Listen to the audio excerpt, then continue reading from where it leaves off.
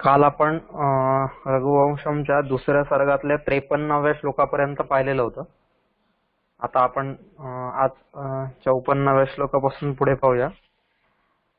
53व्या श्लोकामध्ये राजाने सांगितलं होतं की क्षतात किल त्रायत इत्युदग्र, म्हणजे क्षत्रिय शब्दाचा अर्थ काय आहे, कसा तो शब्द तयार झालेला आहे आणि त्याच्या मागचं त्याचं महत्व काय आहे. आणि मग असं सगळं असताना जर मी त्या शब्दाचा अर्थानुसार जर पालन केलंच नाही आणि जर नुसतं स्वतःला क्षत्रिय म्हणवत राहिलो तर मग अशा राज्याचा तरी काय उपयोग आहे आणि अशा माझ्या प्राणांचा तरी काय उपयोग आहे. ठीक आहे, की जे लोकनिंदेने ग्रसित झालेले आहेत अशा प्राणांचा तरी काय उपयोग आहे, असं सगळे आर्ग्युमेंट सिंहाला राजा दिलीप करतोय. आता पुढचा 54वा श्लोक आहे. म्हणजे आता ही इथं जसं सांगितलं क्षतात किल त्रायत, तसंच भारवी नावाचा एक कवी होऊन गेला संस्कृत साहित्यामध्ये. तर भारवी नावाच्या कवीने किरातार्जुनीयम नावाचं एक महाकाव्य लिहिलंय. तर त्या किरातार्जुनीयम मध्ये पण जो तिसरा सर्ग आहे त्या तिसऱ्या सर्गामध्ये द्रौपदी सुद्धा असंच सांगते, क्षत्रिय कशाला म्हणतात. मग तिथं द्रौपदी म्हणते सक्षत्रिय त्राण सहस्ताय, असं ती सांगते की त्याला क्षत्रिय म्हणतात. म्हणजे असं वेळोवेळी आपल्या अनेक वाङ्मयांमध्ये म्हणा, अनेक साहित्यांमध्ये म्हणा, क्षत्रिय धर्म कशाला म्हणतात आणि त्याच्या काय काय व्याख्या आहेत, कसं कसं हा शब्द उदयाला आलेला आहे, क्षत्रियाची कर्तव्य काय आहेत, ह्या सगळ्या गोष्टी वेळोवेळी सांगण्यात आलेल्या आहेत. मग ते रामायण असो, महाभारत असो, पुराण असो किंवा इतर काही पण असो. मग तेच राजा दिलीप इथं तत्परतेने सिंहाला सांगतोय. आता तो तर्क झाल्यानंतर पुढचा तर्क राजा दिलीप सांगतोय. तिथं काय म्हणतोय 54वा श्लोक पाहूया आपण. कथम नु शक्यो नुनयो महर्षेः विश्राणनाचान्यपयस्विनीनाम् इमामनूनां सुरभेरवेः रुद्रौ जसातु प्रहृतं त्वया स्याम्. असा हा 54वा श्लोक आहे. पुन्हा एकदा वाचतो. कथम नु शक्यो नुनयो महर्षेः विश्राणनाचान्यपयस्विनीनाम् इमामनूनां सुरभेरवेः रुद्रौ जसातु प्रहृतं त्वया स्याम्. असा हा 54वा श्लोक आहे. काय म्हणताय तिथं ते की नु अन्य पयस्विनीनां विश्राणनात् च महर्षेः अनुनयम् कथं शक्यः अस्ति हि इमां धेनुं सुरभेः कामधेनोः अनूनाम् अवेहि स्वया अस्यां प्रहृतं रुद्रौ यसातु अस्ति न तु स्वयं. असं आता हा पुढची आर्ग्युमेंट राजा दिलीप तिथं करतोय. राजा दिलीप सांगतोय, काय म्हणतोय तो की अन्यपयस्विनीनाम, अन्यपयस्विनीनाम म्हणजेच आता ही जी गाय आहे, तू म्हणला होतास आधी नाही का, म्हणजे आधी सिंहाने वरती आर्ग्युमेंट केलेली आहे की तू काय कर, गामकोटिशः नाही का, तू काय कर, अशा करोडो गाय देऊ शकतोयस किंवा अशा अनेक प्रकारच्या, कोटिशः म्हणजे अनेक प्रकारच्या गाय तू देऊन ऋषींना सहजगत्या संतुष्ट करू शकतोयस. कोटी शब्दाचा आपण अर्थ पाहिलेला होता. तर मग अशा अनेक गाय देऊन तू ऋषींना सहज संतुष्ट करू शकतोयस असं जे तू म्हणतोयस. तर त्या अन्य पयस्विनी नाम, दुसऱ्या गायींच्या, पयस्विनी शब्दाचा अर्थ आपण मागे पाहिलेला होता, पयस्विनी शब्द कसा तयार झालेला आहे काय. तर अन्य पयस्विनी नाम म्हणजेच दुसऱ्या गायींच्या विश्राणनात, दानाने, विश्राणन म्हणजेच वितरण, दान, देणे नाही का, त्याला विश्राणन असा शब्द आहे.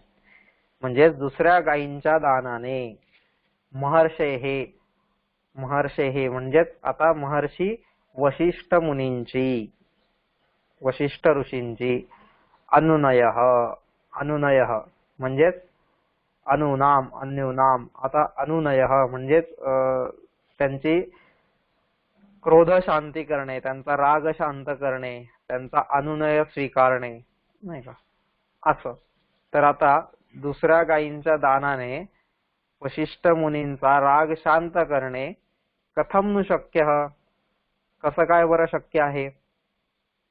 हे शक्य नाही. कथम नु शक्य, कसं काय शक्य आहे.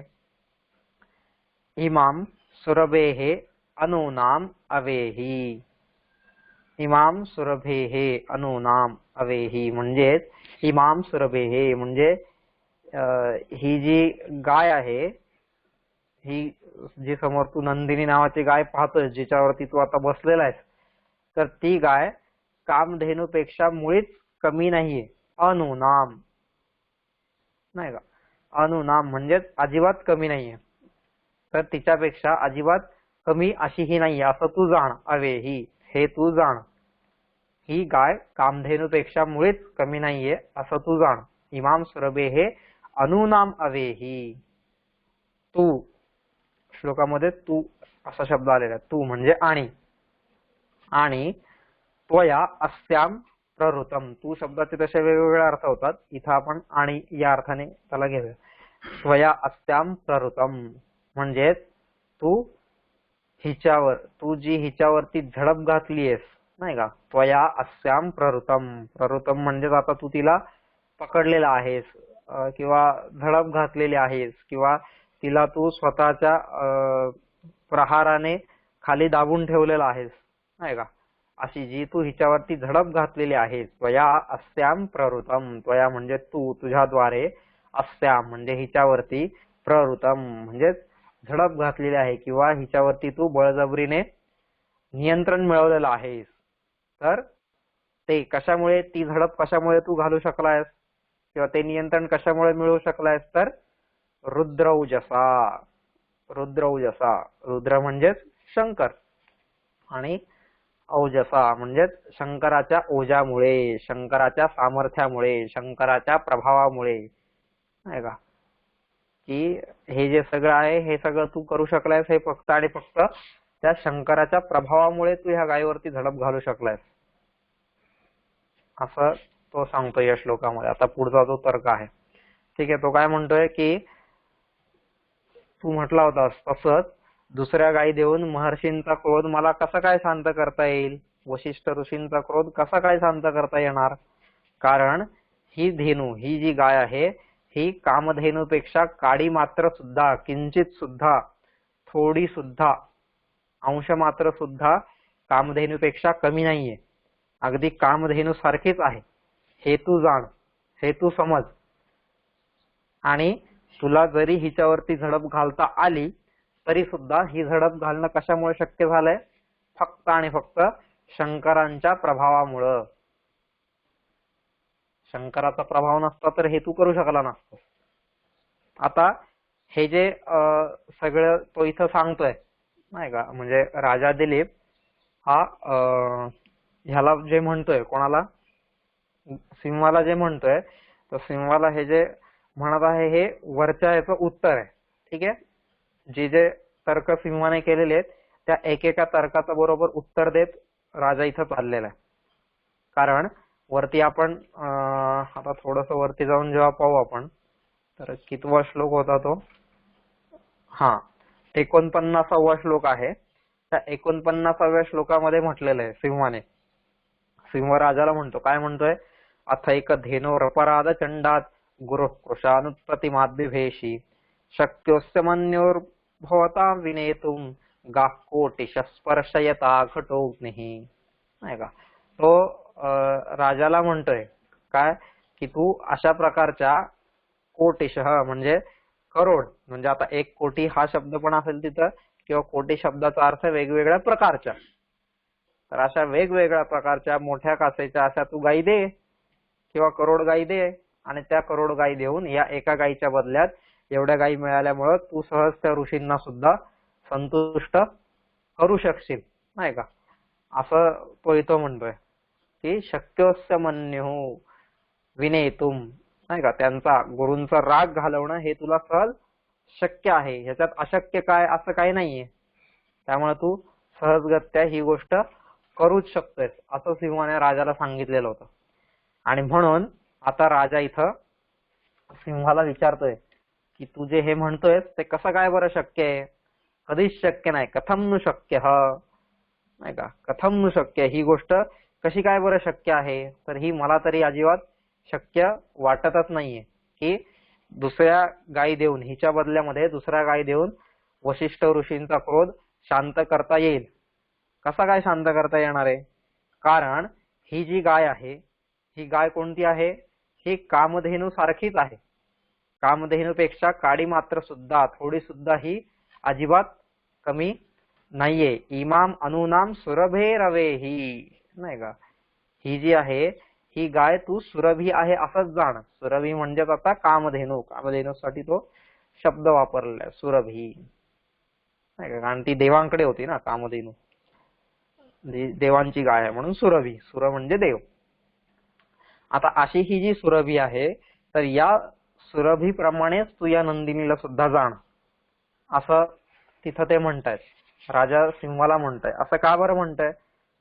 कारण ही जी नंदिनी आहे, ही नंदिनी कोणाची मुलगी आहे? कामधेनूचीच मुलगी आहे ना.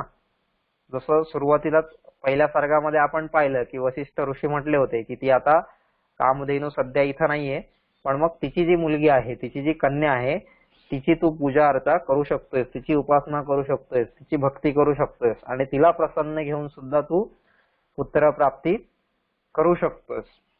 म्हणजेच याचा अर्थ जशा इतर गायी आहेत त्या इतर गायींपेक्षा ही जी नंदिनी आहे ती खूप वेगळी आहे. एक दिव्य शक्ती तिच्यामध्ये आहे आणि त्यामुळं त्या करोडो गायी किंवा त्या अनेक प्रकारच्या गायींची तुलना हिच्याशी करणंच शक्य नाहीये. आणि त्याच्यामुळं ही गाय त्यांना दिली काय आणि नाही दिली काय, म्हणजे या ज्या करोडो गाय आहेत त्याच्यानी वशिष्ठ ऋषींना काही फरक पडणारच नाही किंवा त्याच्यानी त्यांचा राग शांत होऊच शकणार नाहीये, नाही का? जसं आता आज समजा आपण म्हटलं की भारताची जी धरोहर आहे किंवा भारताचा जो वारसा आहे, आता प्राचीन काळामध्ये बरेचसे असे आहेत, समजा वेदाची मूळ प्रत असेल किंवा असे जे काही मूळ हस्तलिखित असतील आज आपली, की जी बरीचशी आज आपल्या भारतामध्ये नाहीयेत आणि ती परदेशात नेलेली आहेत. किंवा कोहिनूर हिरा असेल, तो आपल्याकडे नाहीये, तो सगळा परदेशात नेलेला आहे. किंवा असं बऱ्याच लोकांनी भारतातून बऱ्याच गोष्टी घेऊन गेलेल्या आहेत. आणि आता उद्या एखादा माणूस म्हटला की नाही नाही, मी तुला ती वेदाची मूळ जी प्रत आहे ना, जी तुला पाहिजे खरं तर, ती देत नाही, पण त्याच्या पाहिजे तेवढं मी तुला झेरॉक्स कॉपी देतो, पाहिजे तेवढे तुला स्कॅन कॉपी देतो, नाही का? डिजिटायझेशन मध्ये करून तुला ते सगळे देतो, पण ही जी मूळ प्रत आहे ती मात्र देत नाही मी. तर त्याने तशा हजारो करोडो जरी आपल्याला झेरॉक्स कॉपी दिल्या तरी त्याची तुलना त्या मूळ प्रतीशी होऊ शकणार आहे का? अजिबात नाही ना. किंवा तो म्हणला की हा कोहिनूर हिरा देत नाही मी तुला, पण त्याच्याऐवजी बाकीचे हे अजून करोडो रुपयाचे हिरे घे. पण आपण काय म्हणणार, नाही नाही, आम्हाला हे बाकी सगळं नकोय, आम्हाला तेच दे, कारण त्याचंच खरं महत्व आहे ना. तर त्याच्यासारखं दुसरं कोणी आहेच नाही, म्हणून त्याचं जे महत्व आहे ते त्याचं महत्व तू जाण. आणि ते महत्व वशिष्ठ ऋषींना या गायीचं आहे.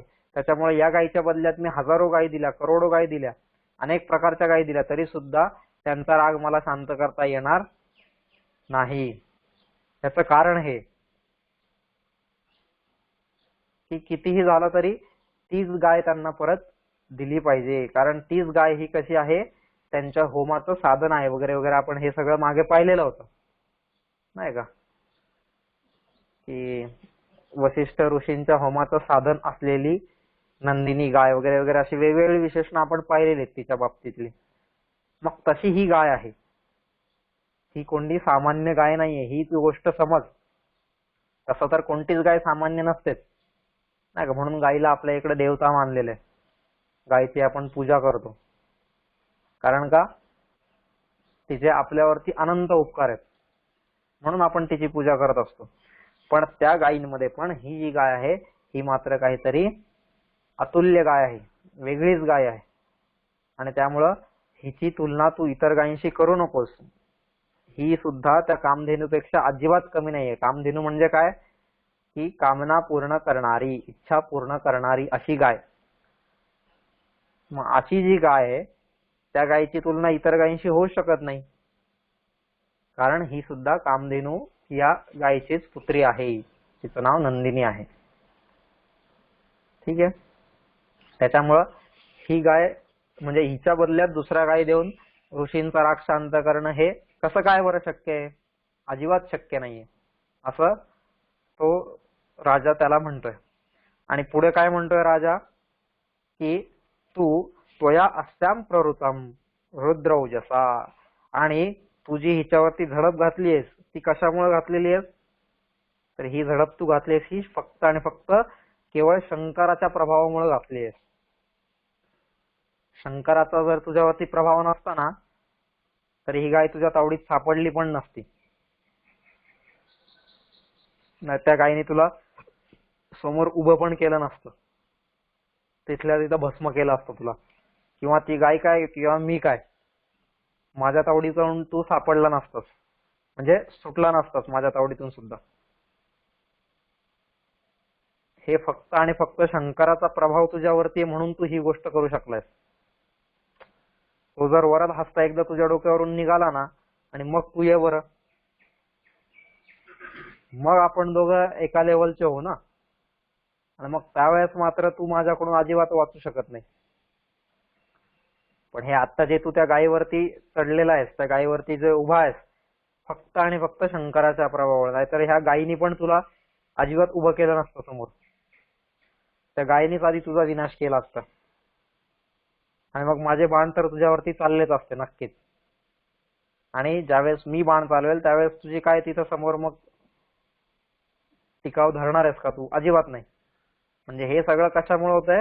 त्या शंकराच्या प्रभावामुळे तू हे सगळं करू शकतोय, असं ज्यावेळेस राजा दिलीप त्या सिंहाला म्हणतोय.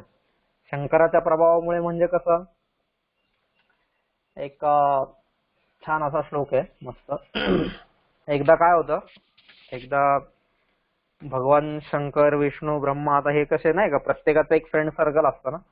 आपण प्रत्येक जण त्या त्या फ्रेंड सर्कल मध्ये आपल्या आपल्या मित्रमंडळींना आधी मध्ये भेटत राहतो नाही का, कशी काय खुशाली विचारत राहतो, ह्या सगळ्या गोष्टी चालू असतात प्रत्येकाच्या.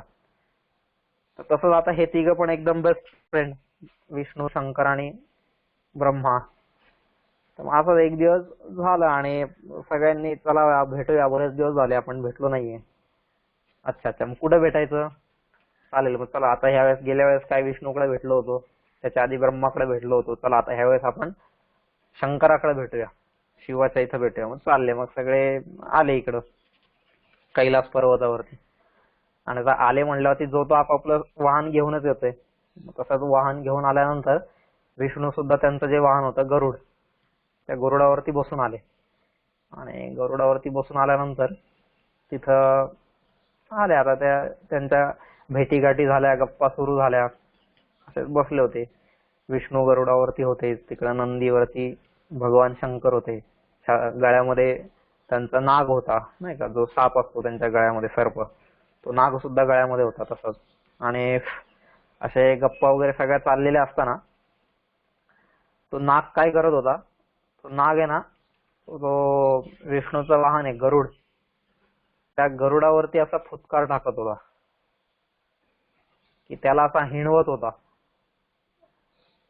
नाही का, फुटकार दाखवतो, काय रे तू स्वतःला लय शाणा समजतो का, वगैरे वगैरे वगैरे, असं सगळं तो नाग तिथं त्या गरुडाला म्हणत होता. म्हणजे थोडक्यात की तू किती शक्तिशाली असशील, काही असशील, पण मला हात लावू शकत नाही, काही करू शकत नाही, अशी त्याची दादागिरी त्या गरुडावरती चाललेली होती. आणि आपण जर पाहिलं नॉर्मल, की जसं हे डिस्कवरी अॅनिमल प्लॅनेट वर बघतो, तर गरुड एक क्षण फक्त त्याला लागतो, गरुडाला सहज एका क्षणात ते गरुड येतो आणि तो साप उचलून सरळ घेऊन पण जातो. म्हणजे फक्त एका क्षणाचा विलंब असतो तिथं. म्हणजे एवढं त्या गरुडामध्ये सामर्थ्य आहे. एवढ्या उंच आकाशातून तो गरुड त्या सापाला खाली जमिनीवरती पाहू शकतो. मग झाडाझुडपात असेल, मोकळ्या मैदानात असेल, अजून दगडधोंड्यात कुठे असेल, पण तरी सुद्धा तो गरुड सहजगत्या वरून एवढ्या उंच आकाशातून त्या सापाला बघतो आणि तितक्याच तीव्र वेगाने येऊन एकाच झडपेमध्ये तो त्याला घेऊन उचलून निघून पण जातो आणि सहज त्याला मारून खातो. पण तो साप कोणत्याही प्रकारचा, कोणत्याही जातीचा, कितीही विषारी साप असो, त्याचं गरुडासमोर काहीच चालत नाही. म्हणजे एक वेळेस आता सापाचे इतर पण शत्रू आहेत, जसं मोर आहे किंवा इतर काय आहेत, मोर पण तसाच आहे की व्हिडिओ पहा तुम्ही कधी असे युट्यूब वरती वगैरे, की मोर सुद्धा अजिबात सापाला समोर उभंच करत नाही. तर तसे हे सगळे प्राणी आहेत. मग एवढी त्या गरुडाची शक्ती आहे, पण त्या गरुडाला हा किती हिणवतोय इथं, किती तुच्छ लेखतोय, किती भलं बुरं म्हणतोय, काही ना काही सांगतोय. आणि हा त्याला अभिमान झालाय, अभिमान म्हणण्यापेक्षा पण गर्व झालाय त्या सापाला, नाही का, की हा गरुड मला काहीच करू शकत नाहीये वगैरे वगैरे असं. आणि म्हणून तो त्याच्यावरती फुटकार टाकत होता. असं सगळं झाल्यानंतर बराच वेळ त्या गरुडाने पाहिला. आणि कसं आहे, जो सामर्थ्यवान असतो, जो शक्तिवान असतो, नाही का, तो कधीही अशा फालतू गोष्टींकडे लक्ष देत बसत नाही. आपण म्हणतो ना की हाती चले बाजार, कुत्ते भोके हजार, असं आहे, नाही का, की हत्ती जेव्हा भर बाजारातून चाललेला असतो त्यावेळेस बाजूचे सगळे कुत्रे त्याच्यावरती भुंकत असतात, पण हत्ती त्यांच्याकडे लक्ष देत नाही. का? त्याला माहिती आहे, अरे ह्याच्यात तशीही काही शक्ती नाहीये आणि हा काय नुसतं भुंकण्याशिवाय दुसरं काही करू पण शकत नाही. हत्ती मस्तपैकी आपल्या मजेमध्ये, आपल्या आनंदामध्ये मस्तपैकी डुलत डुलत त्या बाजारातून चाललेला असतो. त्याला ह्यांच्याकडे लक्ष द्यायचं नसतं, कारण त्याला माहिती ह्यांच्याकडे तेवढी शक्तीच नाही, हे नुसते भुंकणार आणि परत निघून जाणार. मग तसंच इथं गरुड पण म्हणून एकदम शांत चित्ताने फक्त त्याच्याकडे बघत बसला. काय ह्याला फुतकारण्याशिवाय काही येत नाही आणि हा तिथं आहे म्हणून. बराच वेळ झाला, पण मग गरुड शेवटी त्याला म्हणला, काय म्हटला, स्थानं प्रदानं खलु योग्यतायाः स्थाने स्थितः का पुरुषोऽपि शूरः जानामि तव प्रभावं कंठे स्थितौ गर्जसि शंकरस्य, कंठे स्थितौ गर्जसि शंकरस्य, असं तो म्हणतोय तिथं. काय म्हणतोय, स्थानं प्रदानं खलु योग्यतायाः. योग्यता, योग्यता ही कशावरून ठरते, माझं स्थान कोणतं आहे, कोणत्या स्थानावरती मी विराजमान आहे, ह्याच्यावरून माझी योग्यता ठरत असते नेहमी. स्थानं प्रदानं खलु योग्यतायाः स्थाने स्थित का पुरुषोऽपि शूरः, की ते जर स्थान उंच असेल, योग्य असेल, महत्वाचं असेल, तर त्या स्थानावरती बसलेला का पुरुष, का पुरुष म्हणजेच भित्रा माणूस, भित्रट आपण ज्याला म्हणतो ना, असा एकदम घाबरट असा जो व्यक्ती आहे, अगदी साधं झुरळ निघाला तरी जो घाबरेल, साधी पाल निघाली तरी जो घाबरेल, असा एकदम भित्रट असा जो घाबरट माणूस आहे, तर तो सुद्धा का पुरुषोऽपि शूरः, तो घाबरट मनुष्य सुद्धा कसा दिसतो, शूरः, अगदी शूर वाटतो. कशामुळं, त्या स्थानामुळं. स्थानं प्रधानं खलु योग्यतायाः, योग्यतेचं महत्वाचं जर कारण कोणतं असेल तर ते स्थान आहे. मी कोणत्या जागेवरती उभा आहे, कोणत्या जागेवरती बसलेलो आहे,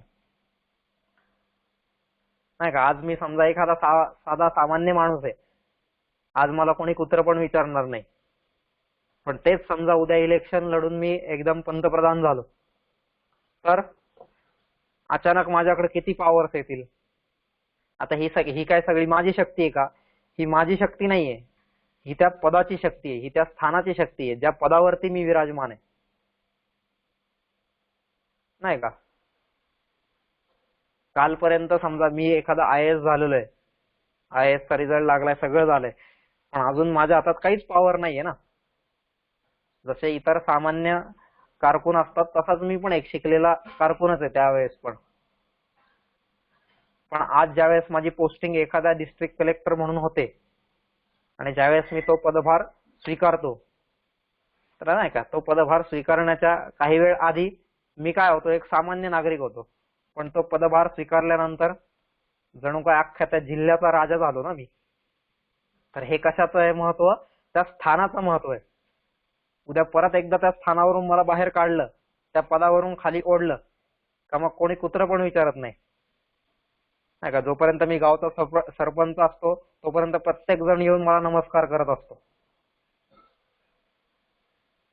पण उद्या मी सरपंच पदावरून जसा खाली उतरलो तर शेतातला साधा मजूर सुद्धा मला विचारायला येत नाही.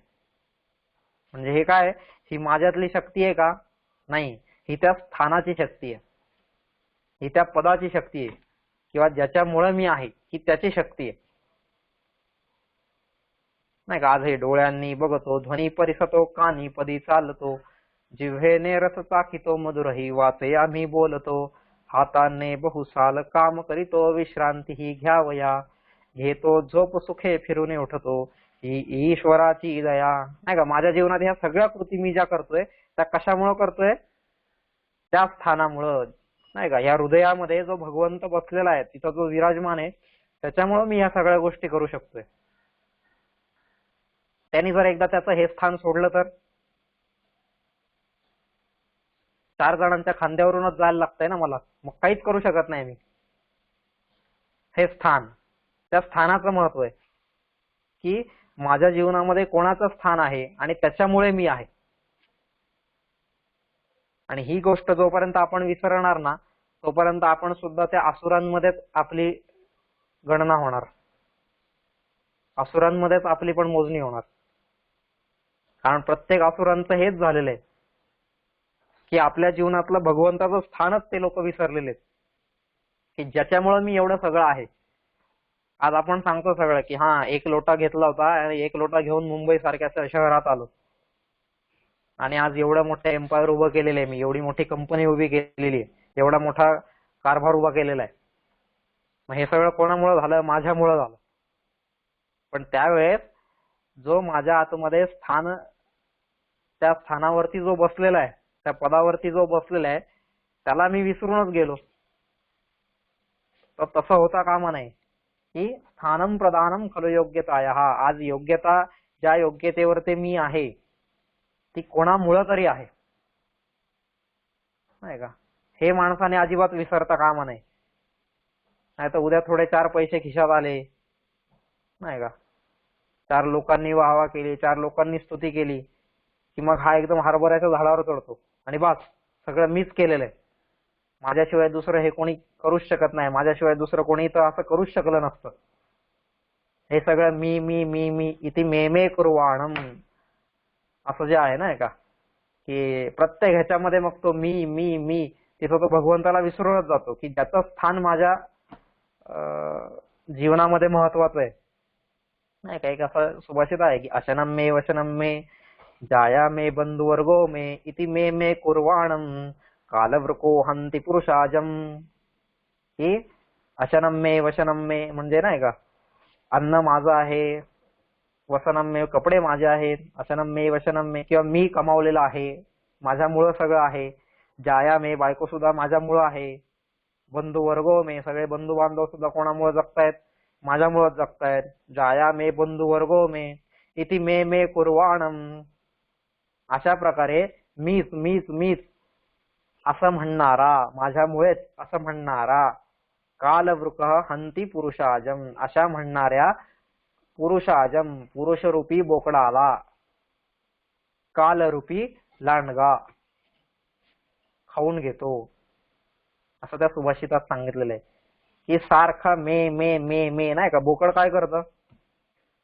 बोकड पण सारखा मे मे मे मेच करत असतो ना. मासाच हा पुरुषरूपी बोकड जो आहे तो पण सारखा मे मे मे म्हणजे माझ्यामुळेच, माझ्यासाठीच, मीच, नाही का, ह्या सगळ्या गोष्टी तो सारखा करत असतो. म्हणजे त्याचा मी काही सुटत नाही. मग अशा मी रूपी सारखा मे मे म्हणणाऱ्या अशा पुरुष रूपी बोकडाला काळरूपी लांडगा काय करतो? त्याच्यावरती झडप मारून त्याला खाऊन घेतो. म्हणजे काळाच्या ह्याच्यात हे मे मे करणारे कधी निघून जातात अजिबात काही कळत सुद्धा नाही. मग त्यामुळं मी आहेच, कर्तृत्वाला वाव आहेच, पण त्या कर्तृत्वाच्या आधी कोणीतरी भगवंत आहे आणि त्याच्यानंतर पण कोणीतरी तिची शक्ती आहे. हे जे लोक ध्यानात ठेवतात ना, तेच लोक जीवनामध्ये यशस्वी होतात आणि त्यांचीच आपण पुढे गाथा गातो, त्यांचंच भजन कीर्तन आपण गात असतो, त्यांचीच पूजा अर्चा करतो, त्यांचेच फोटो आपण घरात लावतो की ज्यांनी त्या भगवंताला कधी सोडलेलं नाहीये, त्याला कधी जे विसरलेले नाहीत की त्याच्यामुळे मी आहे. तेन त्वमसि तस्य त्वमसि, हे जे आहे ना, तेन त्वमसि. आपले जे दर्शनकार आहेत ते दर्शनकार असं सांगतात, वेदांत जे आहे ते हे सांगतात, तेन त्वमसि, त्याच्यामुळे तू आहेस, मी कोणामुळे तरी आहे. हा भाव तिथं मनात असलाच पाहिजे कधी पण.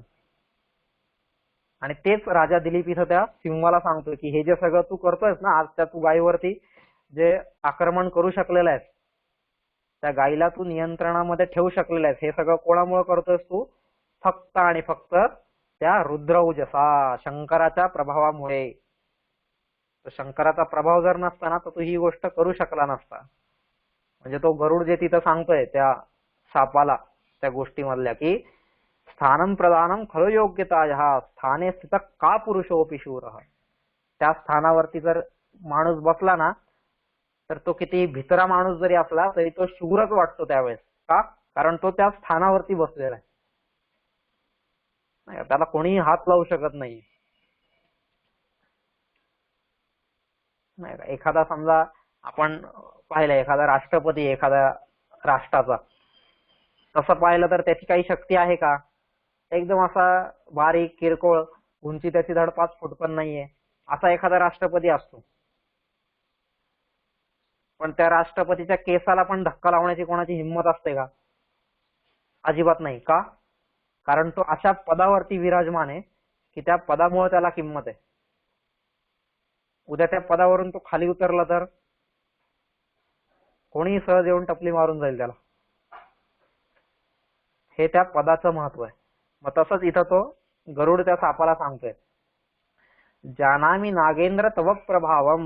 अरे हे नागेंद्रा, अरे हे सापा, अरे हे नागांच्या इंद्रा, म्हणजे सापांचा प्रमुख. आता शंकराच्या गळ्यातला जो साप आहे तो सगळ्या सापांचा प्रमुख तर असणारच ना. तर हे नागेंद्रा, हे नागांच्या इंद्रा, जानामी नागेंद्र तव प्रभावम.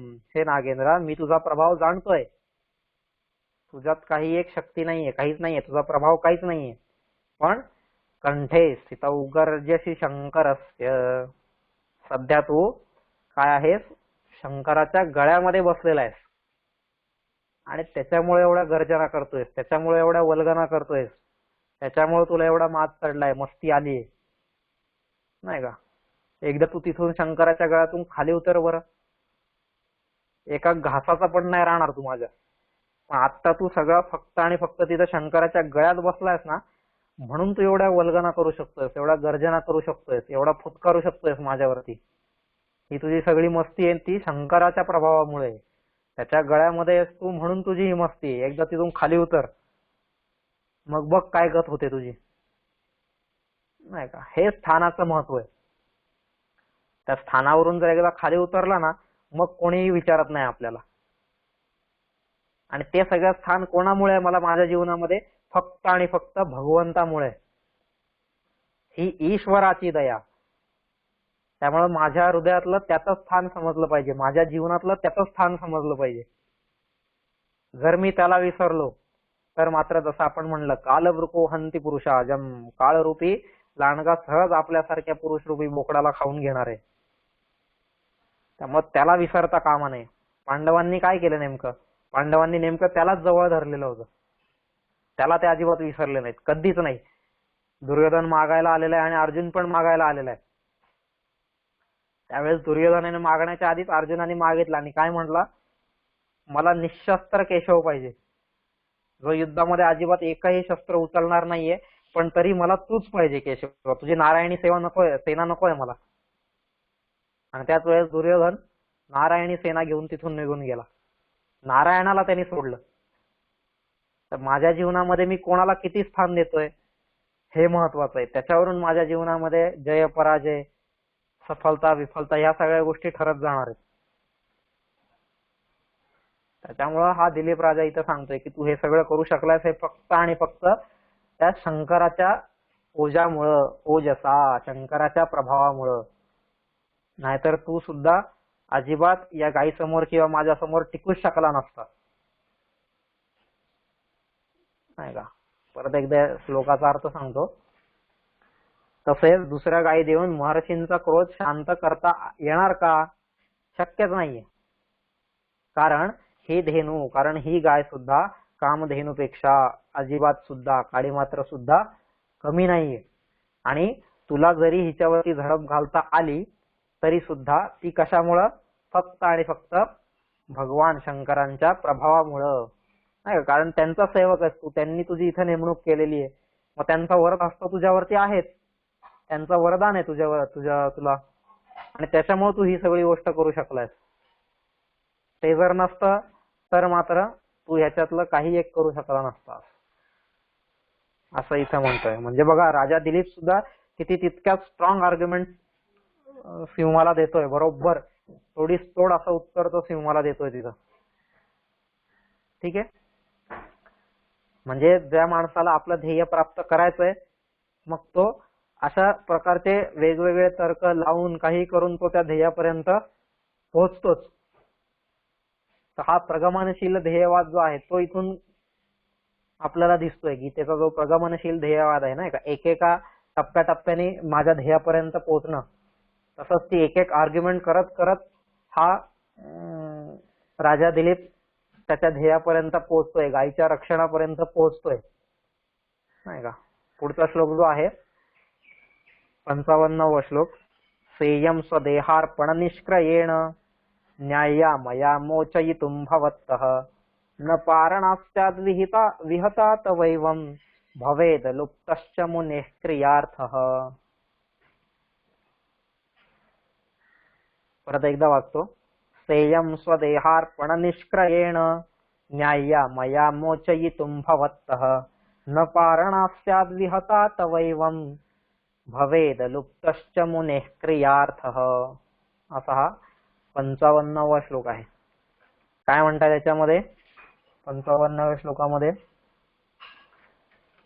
मया स्वदेहार्पण निष्क्रयेण सा यम गौः भवतः मोचयितुं न्याय्या अस्ति एवं अमुना प्रकारेण तव पारणा विहता न स्यात् मुनेः क्रियार्थः च अलुप्तः भवेत्.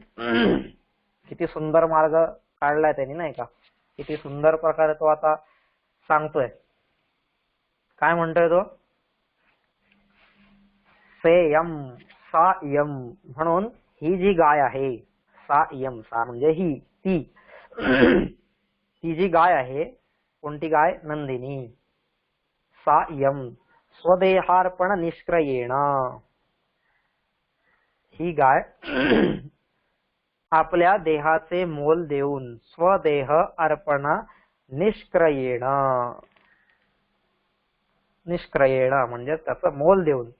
कशाचं मोल देऊन, स्वदेहार्पण, आपल्या देहाला अर्पण करून त्याच्याद्वारे त्या गायीचं मोल देऊन. भवत्तः, भवत्तः म्हणजे तुझ्याकडून किंवा तुझ्या हातून. मया म्हणजे मला नाही का, मला सोडवणे असं जे आहे, किंवा मी सोडवणे, सॉरी मया म्हणजे माझ्याद्वारे किंवा मी सोडवणे. मोचयितुम, मोचयितुम म्हणजे सोडवणे, मोचयितुम म्हणजे सोडवणे. न्याय्या, न्याय्या म्हणजे युक्त आहे, न्याय्य आहे, तर्कसंगत आहे नाही का. न्याय्या म्हणजे युक्त आहे, योग्य आहे, बरोबर आहे. एवं, एवं म्हणजे आणि असं केलं असता, अशा प्रकारे जर केलं, एवं अशा प्रकारे जर केलं असता, तर तव तुझे, पारणा, तव म्हणजे तुझे, पारणा, पारणा म्हणजेच आपण पाहिलं, पारणा म्हणजे काय, उपवासानंतरचं दुसऱ्या दिवशीचं उपवास सोडण्यासाठीचं जे जेवण करतो ते पारणा म्हणजे ते तुझं जेवण, ते तुझं भोजन.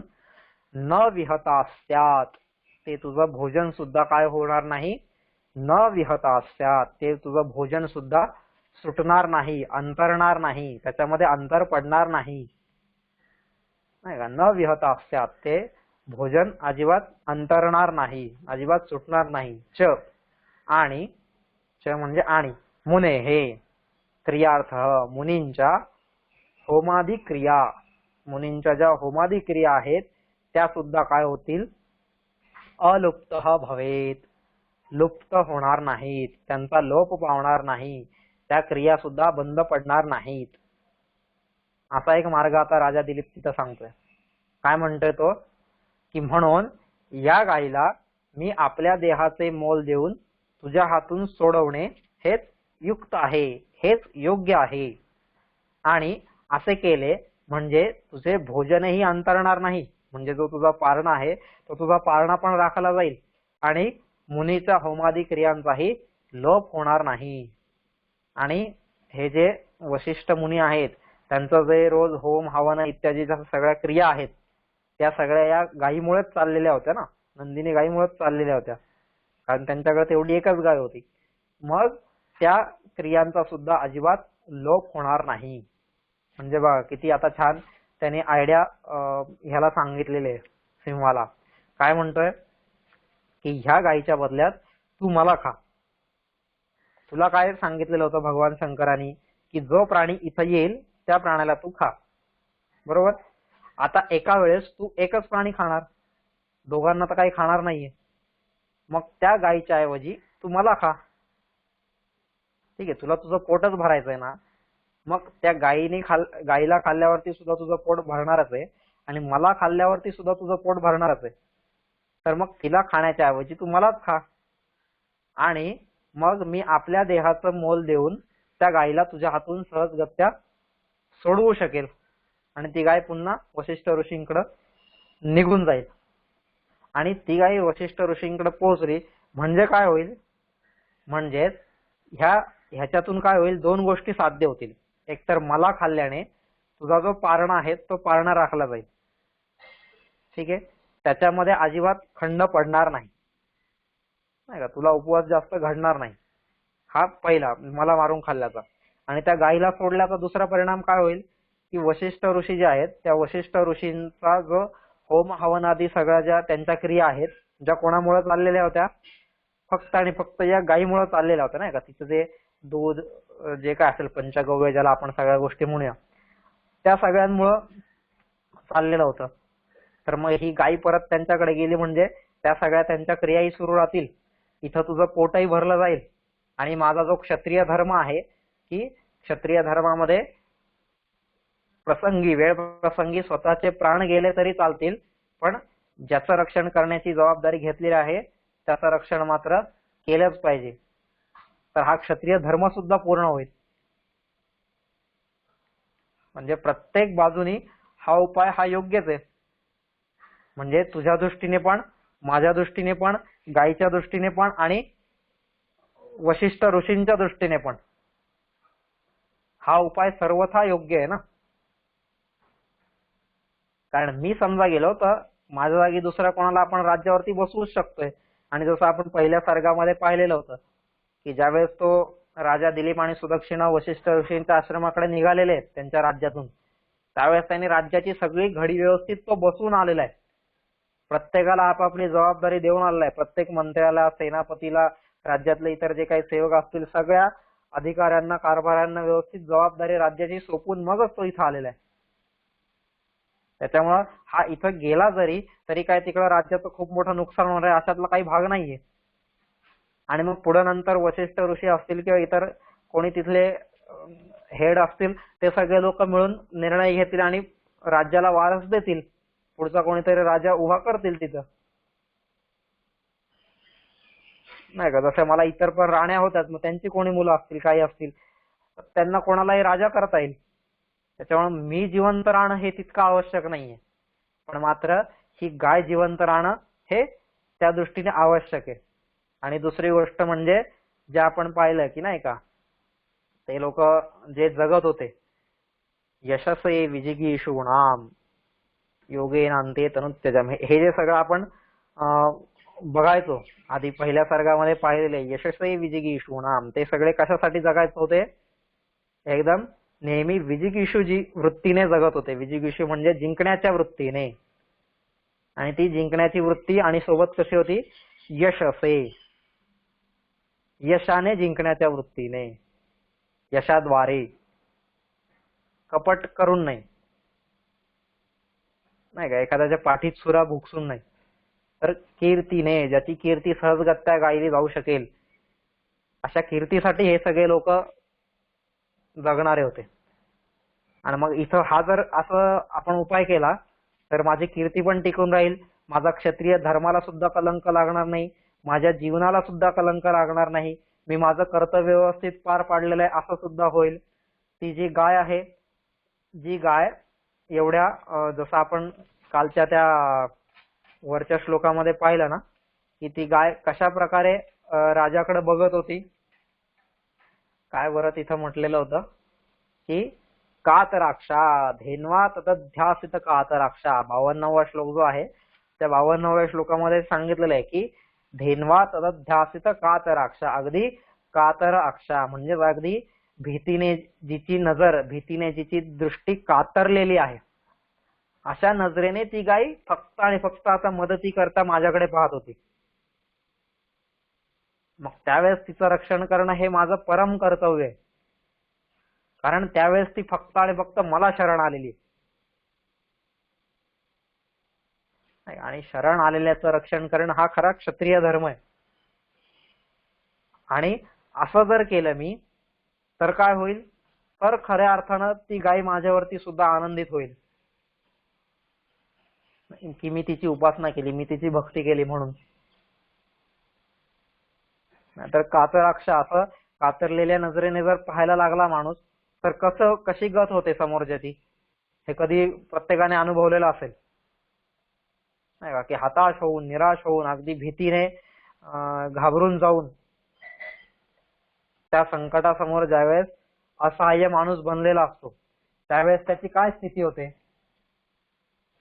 आणि त्यावेळेस जर तो माझ्याकडे मदतीचा हात मागत असेल आणि त्यावेळेस तो जर मी मदतीचा हात मागे ओढून घेतला तर हा माझ्या जीवनाला लागलेला एखादा कलंकच आहे ना. मग तसं होऊ नये आणि तिची रक्षा करावी मी, म्हणून हा सगळ्या दृष्टीनेच अगदी योग्य उपाय आहे. वशिष्ठ ऋषींचं जरी म्हटलंय तरी त्यांच्याकडे एवढी एकच गाय आहे की जी त्यांच्या यज्ञीय कार्याचं साधन बनलेली आहे. उद्या ती जर गायच नष्ट झाली तर त्यांचं यज्ञीय कार्य सुद्धा थांबू शकते. अशी ती यज्ञीय कार्याची साधनभूत रूप असलेली गाय, तिचं सर्वतोपरी रक्षण करणं हे माझं सध्या परम कर्तव्य आहे. आणि आता तू म्हणतोय त्याप्रमाणे तुझं भूक भागवणं किंवा जे काय भगवान शंकराने तुला वर दिलेलं आहे ते पण जर आपल्याला पाळायचं असेल, या दोन्ही गोष्टींमध्ये तारतम्य ठेवायचं असेल, दोन्ही गोष्टींना न्याय द्यायचा असेल आणि तू मी गाय आणि वशिष्ठ ऋषी चौघांचंही जर आपल्याला कल्याण करायचं असेल तर त्याच्यासाठी फक्त आणि फक्त हा एकमेव मार्ग आहे की त्या गायचा त्याग कर तू आणि माझा स्वीकार कर. त्या गायला सोडून दे आणि तिच्याऐवजी तू मला खा. हाच उपाय असा आहे की जो आपल्या चौघांनाही तारून नेऊ शकेल. आज जर मी या गायचं इथं रक्षण केलं नाही, तिला इथं सोडून मी निघून गेलो तर उद्या मला स्वर्गात तर जागा मिळणारच नाही.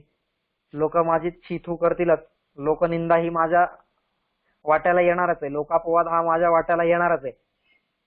आणि ह्या सगळ्या गोष्टी मला नकोय की उद्या लोक म्हणतील किती कर्तव्यच्युत राजा होता की स्वतःच्या कर्तव्याला जागलाच नाही, त्याला स्वतःच्याच प्राण प्रिय होते, स्वतःच राज्य प्रिय होतं, स्वतःच यौवन प्रिय होतं, स्वतःच शरीर प्रिय होतं.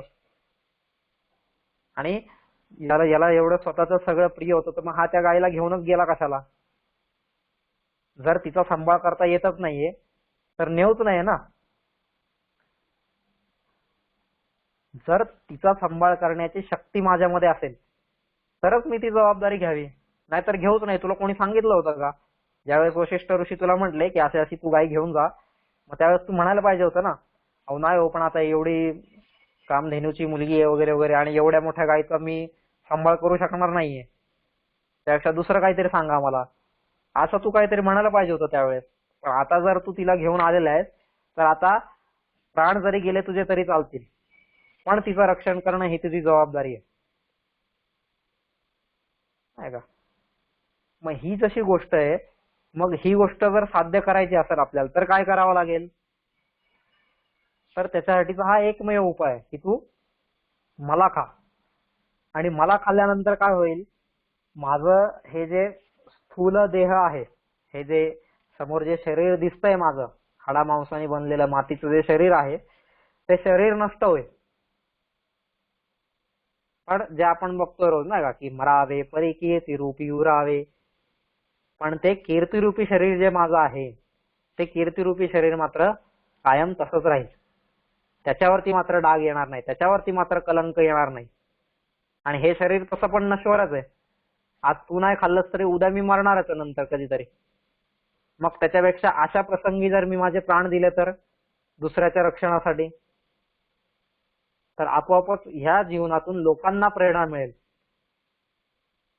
आणि त्याच्यासाठी हे सिंहा तू त्या गायीच्या ऐवजी मला खा. स्वदेहार्पण निष्क्रियेण, की माझ्या स्वतःच्या देहाचा दान करून त्याच्या मोबदल्यात त्याचं मोल देऊन तू काय कर, या गायीला सोड, तिला परत ऋषींकडे पाठव. आणि ही जी गोष्ट करणे ही अगदी न्याय्य आहे. कशी आहे? न्याययुक्त आहे. हिच्यामध्ये अजिबात न्याय्य, न्याय्य हा शब्द आलेला आहे, न्याय्या नाही का, न्याय्य असा एक शब्द आलेला आहे ना इथं. काय म्हणतात ते की स्वदेहार्पण निष्क्रियेण न्याय्या. आणि नुसतंच माझ्या डोक्यात आलेलं आहे, तुझ्या डोक्यात आलेलं आहे म्हणून आपण ही गोष्ट करतोय का, असं नाही. तर ही गोष्ट युक्त आहे, योग्य आहे, न्याय्य आहे, तर्कसंगत आहे, सगळ्याच बाजूंनी योग्य आहे, सगळीकडून आपण विचार करून झालेला आहे. आणि मग आता अंतिम निर्णय हा आहे. आपल्यासारखा असता एखाद्याने इतर सगळे तर्क लावले असते आणि मग म्हटलं असतं की नाही, ह्या गायीला पण सोडणं आणि मला पण सोडणं हे कसं न्याय्य आहे, हे कसं तर्कसंगत आहे, हे कसं युक्त आहे, असा काहीतरी भुरटेपणा आपण तिथं केला असता एखाद्याने, की नाही तू मला पण सोड, त्या गायीला पण सोड, आणि मी काय करतो, एखादा दुसरा प्राणी इथं आणून देतो तुला. आता इतक्या दिवस तू उपाशी होतास ना, तर मग अजून 10 मिनिटं उपाशी राहा. ही गाय आणि मी, आम्ही दोघं जातो, पटकन दुसरा एखादा काहीतरी प्राणी शोधून आणतो आणि तो तुला देतो. अरे नाही का, राजा दिलीप होता शेवटी तो. अख्ख्या जंगलातला प्रत्येक प्राणी त्याला घाबरत होता, जे दुष्ट सत्व होते. मग एखादा बाण चालून कोणत्याही प्राण्याला तो मारून आणू शकला असता आणि त्या सिंहाला देऊ शकला असता ना. मग आपल्यातल्या एखाद्याने तसा काहीतरी तर्क लावला असता की तू ही गाय पण सोड, मला पण सोड, आणि इतर प्राणी आणून देतो. किंवा आता जसं तू म्हणतोस ना की त्या ऋषींची एवढी एक गाय जाऊ दे आणि त्याच्याऐवजी करोडो गाय त्या ऋषींना दे, किंवा अनेक प्रकारच्या गायी ऋषींना दे. मग तसंच आहे ना. मग तिथं राजा दिलीप पण म्हणला असता, हे बघ ही जी गाय आहे ना, ही गाय सोड, तुला मी अजून 1000 गाय आणून देतो ना, त्या तू खा. किंवा अजून जंगलातले 1000 हरणं तुला आणून देतो, ती तू खा. पण दिलीपाने असं केलेलं नाहीये. तिच्या जर रक्षणाची जबाबदारी मी घेतलेली आहे, तर तिच्या रक्षणासाठी जर प्राण गमवावे लागले तर ते माझे गमवीन मी, दुसऱ्यांचे नाही. नाही का, दुसऱ्यांच्या शवावरती पाय देऊन पुढे जाणारातला मी नाहीये. दुसऱ्यांच्या शवावरती पाय देऊन स्वतःचं जीवन जगणारा मी नाहीये. ही वृत्ती पाहिजे तिथं. नाही का, इथं जर आपण पाहिलं किती जण आजपर्यंत आपण पाहिलेलं आहे लढाईमध्ये, कितीतरी लढाया आपल्याला अशा माहिती आहेत. आता हे औरंगजेब होता, काय करायचा, नेहमी नेहमी तो दुसऱ्याला पुढे पाठवायचा. आता तू जा रे, आता तू जा रे. तसं इकडे शिवाजी महाराजांकडे तसं नव्हतं. शिवाजी महाराज जायला निघायचे पण प्रत्येक मावळे म्हणायचे, नाही राजे तुम्ही नका जाऊ, मी जातो. राजे तुम्ही हे नका करू, राजे मी करतो. राजे तुम्ही हे नका करू, मी करतो. हे प्रत्येक जण स्वतः मी करतो असं म्हणत होते. पण त्यावेळेस हे दुसरे लोक पाहिले तर, नाही नाही मी इथं बसतो बाबा आपला दिल्लीमध्ये, तू जाऊन ये जरा बघ तिकडं. मामाला पाठवलं, जा शाहिस्ते खान जरा जाऊन ये रे, बघ जरा तिकडं कसं काय. पुतण्याला पाठवलं, एकदा ह्याला पाठवलं, असं प्रत्येकाला वेगवेगळ्याला पाठवलेलं. सरदार सगळे, जा रे जरा तुम्ही जाऊन या, ते काय शिवाजीचं जरा मॅटर बघून या.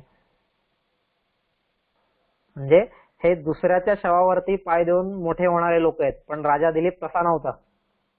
तो पण करू शकला असता ना, ही 4 हरणं घे, त्या 4 हरणांना खा, हे 4 रानडुक्कर घे, किंवा अजून जे काही जंगली प्राणी असतील सगळे, तू म्हणशील तसं रोज तुला एक प्राणी एक्स्ट्रा आणून देतो मी, चल एवढ्या दिवसाचा तू तुझा उपवास घडलाय ना, मुद्दा म्हणून रोज मी एक प्राणी तुझ्यासाठी इथं घेऊन येतो. पण तू ह्या गायीला सोड आणि मला सोड, आमच्या दोघांनाही सोड, तुला पाहिजे तेवढं मी आणून देतो. असे कितीतरी तर्क लावता आले असतात. आता प्रत्येक जणांनी जरी एक एक तर्क लावला तरी खूप तर्क होतील.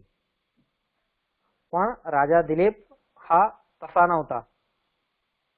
कर्तव्याप्रती सजग होता, कर्तव्याप्रती जागरूक होता, आणि तर्काचं रूपांतर कुतर्कामध्ये करून तो स्वतःची फुशारकी मिरवणाऱ्यांमधला नव्हता. हे म्हणजे बऱ्याचशा अशा गोष्टी आहेत की त्या राजा दिलीपाच्या जीवनातून आपण घेतल्या पाहिजेत. आणि त्याच्यासारखं आपलं जीवन सुद्धा तेजस्वी, प्रभावशाली, ओजस्वी, नाही का, असं सगळं अस्मितेने युक्त असं बनवलं पाहिजे. कर्तव्यनिष्ठ, धर्मनिष्ठ. माझा धर्म काय आहे? प्रसंगी स्वतःचे प्राण मी बळी देईल, पण तिचं रक्षण करेल.